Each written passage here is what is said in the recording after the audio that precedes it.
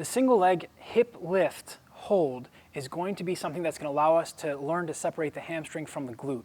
What's really important about this movement is that we're keeping the knee as close to the chest as possible. Some of you that have taken the strength training for cyclist certification may recognize this as being an assessment. Any assessment can be an exercise, and any exercise can be an assessment. It's really dependent upon how you want to use it and what that athlete needs. Now let's take a look at how to execute this properly. We're going to keep this side on the floor so you can see a little bit closer.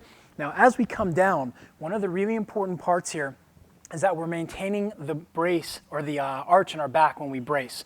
We don't want to flatten the back, we want to stay nice and neutral. A slight brace in the stomach. This foot is going to be flat on the ground. We don't want to be on the heel, we don't want to be on the toes. We want to have our foot flat so that we're able to actively engage the whole bottom of the foot. From there, you're going to take the hand, interlace the fingers, and pull that opposite side knee up until the chest as much as you can. Now, some of you are going to have very tight hip flexors, and this may cause pain or discomfort. You can take the knee out to the side a little bit, or you can bring it in depending on how you feel. From here, you want to fire the glute only, maintaining that arch, so we don't want to arch or roll the back. We're going to maintain the arch, and we're going to lift as much as you can with just the glute, and you're going to hold there while pulling the knee in. What should happen as you go through the isometric hold is that you're able to get a little bit more range of motion, and you're able to get the hips to open.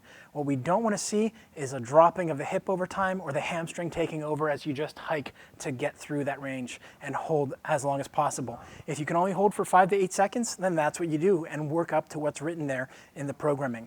So in between sides, you're just going to come up, hold for the amount of time written.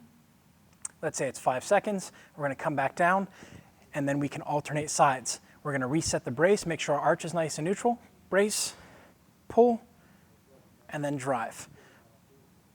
This is the isometric single leg hip lift hold. Isometric does mean hold, but as you go through this, really important, glutes only, neutral arch, and make sure that you're driving through the arch of the foot.